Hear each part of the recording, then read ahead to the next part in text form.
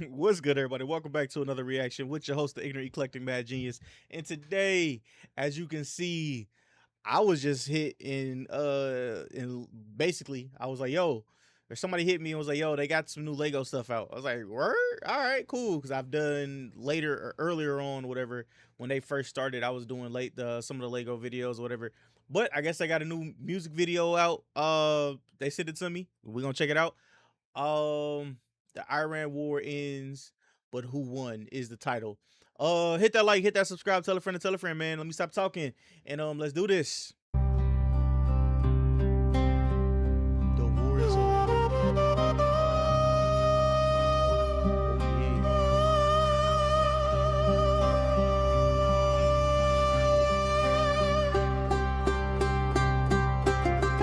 They said the war is over, put the flags out in the street, but read the fine print slowly, tell me whose terms, whose defeat.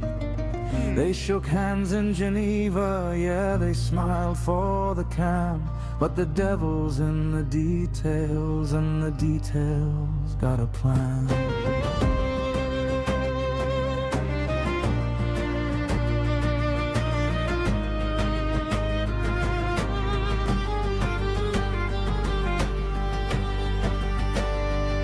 3 months of bombs and blockades, ships on fire in the strait, 25% of world oil locked behind a gate. They killed the supreme leader, yes, they lit the whole thing up, then flew to Switzerland in suits and poured a peace deal cup. But wait, slow down before you pop the celebration cork. Let's talk about what's written and what's buried in the fork, because Iran state media published 14 points of text, and Washington said that's not ours, so which version's coming next?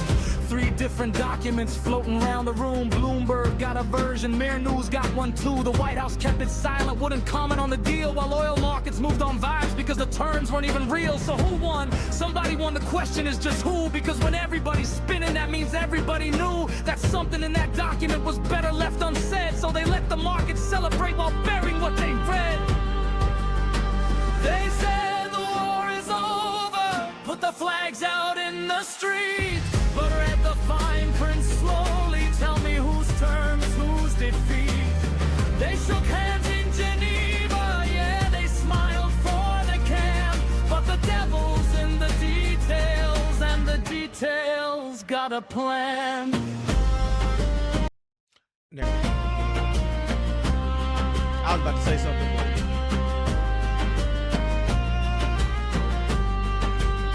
now let me talk about the missiles.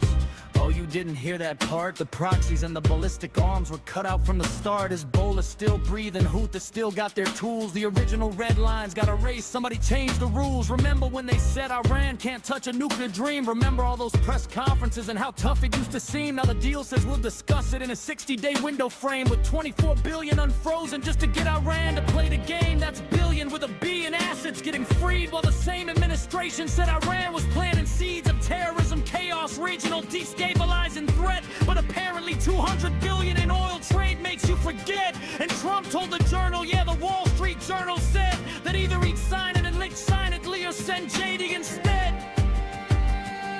Because if the thing falls apart, he needs somebody else to own it. Vance gets Geneva, Trump gets credit. That's the art of how you loan it. 3 months ago, well, I mean, that is kind of what happened. That really is what happened. And also, Trump went on that little tirade on, I wanted to say, his social media network, Truth Social, whatever. And basically, while JD Vance was over there, and basically he said that that they were gonna kidnap the supreme leaders or whatever, and them boys was like, oh, word, we just not gonna be here. Like, catch you never. a mother in Tehran couldn't sleep. 3 months ago, a sailor in the Gulf was counting sheep. 3 months ago, the oil price spiked and groceries went up for families in Lagos, Karachi. People filling up their cup. Nobody asked them what they thought about the red lines. Nobody polled the port workers about the deal designs. The ones who always pay the tab are never in the room. They just wake up one morning and the news says war is through. And maybe that's a blessing. Yes, the shooting had to stop, but peace without accountability is just a different crop of the same old seeds of power. Same old game of who's on top, while the buried details quietly just never get to drop. So the media's celebrating and the anchors look relieved, and the talking heads say Trump delivered what nobody else achieved, and the other side says surrender. Which was also bullshit. It was literally the exact same thing that Obama did a while back, but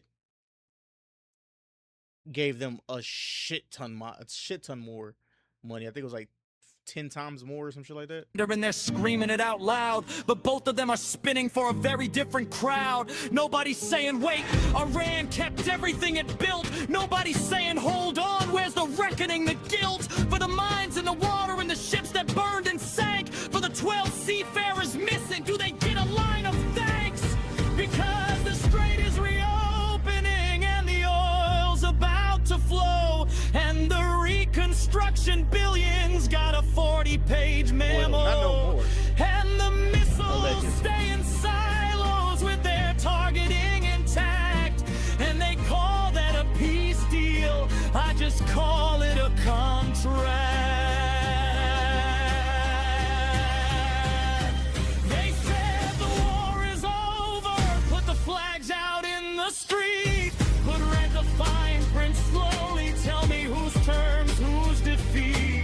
They flew to Switzerland and signed it, now the world breathes out, but we read what they buried and we still got questions, no doubt. All right, man.